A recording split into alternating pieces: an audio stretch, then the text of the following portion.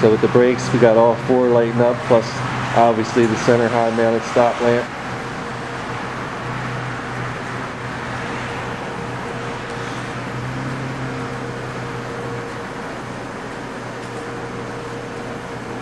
Now those are only going to light up for parking lights if you do the circuit board mod, like I posted up.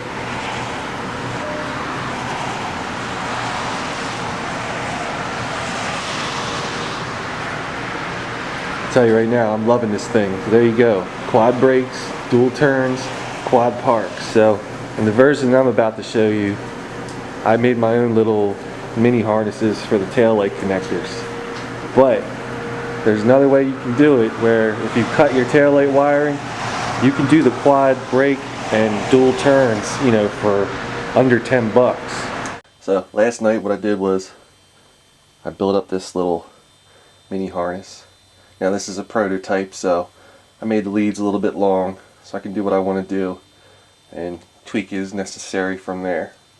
But what we got was a couple blank male and female connectors, some pins, rubber thingies, retainer. So hopefully what this is going to let us do is unplug the connector from the taillight circuit board. You then plug that connector into my harness. The other end of my harness will plug right into a circuit board, and then with these two wires they're going to go get hooked up to something else, which you're going to see in a little bit. So I built the first one last night. Now, I had never assembled any kind of connector like this. This is like the Delphi GT150 series. So when it came time to assemble mine and I needed to know how to do it, well, I go to my go-to book here for automotive electrical stuff. If you can see all that. He's assembling this connector in here. And this is hands down the best automotive wiring book that I have. This is Automotive Wiring and Electrical Systems by Tony Candela. Super awesome. It covers a wide variety of automotive electronics projects and stuff like that, and how to make connections the right way. And sure enough, GT150 connectors were in there. Follow Tony's steps. That's how I built mine.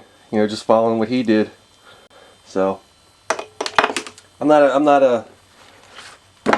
a spokesman for Tony. I don't work for Tony. You know, he's not paying me to say anything, but as someone who's been messing with wiring since like the 90s, I really wish I had this book when I started out. It would have saved me a lot of blown fuses figuring stuff out on my own. Since then I've read countless electronics books, and none of them really put it into the perspective that he puts it into. And a lot of what he says, well, pretty much all of what he says is, you know, doing it the right way, making these connections that are going to last the life of the vehicle. So big shout outs to Tony and this super awesome book. I got to admit, I am really excited to see how this turns out, because it looks really good on paper. So we're going to go ahead and finish this guy up, bang on a couple more pins, get this connector assembled, and we'll see you outside. And once you've done a couple of them, you get a little rhythm down. I mean, they're not that bad, but there was some trial and error here. Luckily the Ballinger kit that I bought came with a couple extra male pins and a couple extra females, because I did mess up a couple times, but all part of the learning experience.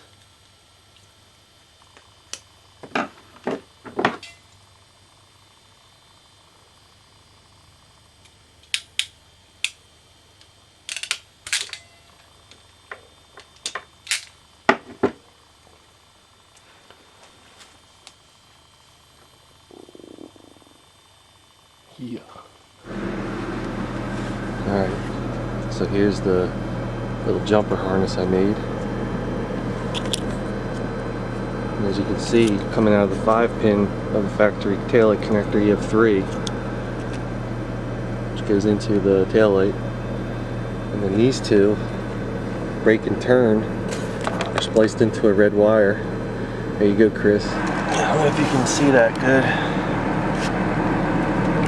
but we've tapped yellow for the left side, and we've tapped dark green for the right side. just temporary. Testing purposes.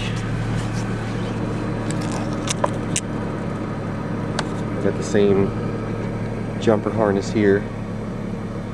So I've got 2 wires that I actually had to hook up. So I've only tried this out on my halogen bulbs, but I'm going to be building myself a set of LED boards. And I can see if it works with the LEDs too, whether it's the regulars or the non-SRCK boards I'm building. So yeah, quad parks, quad brakes, dual turns. Fuck yeah.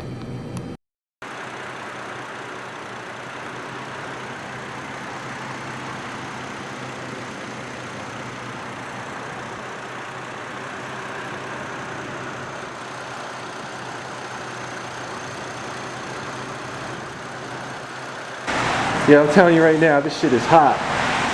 Do people still say that?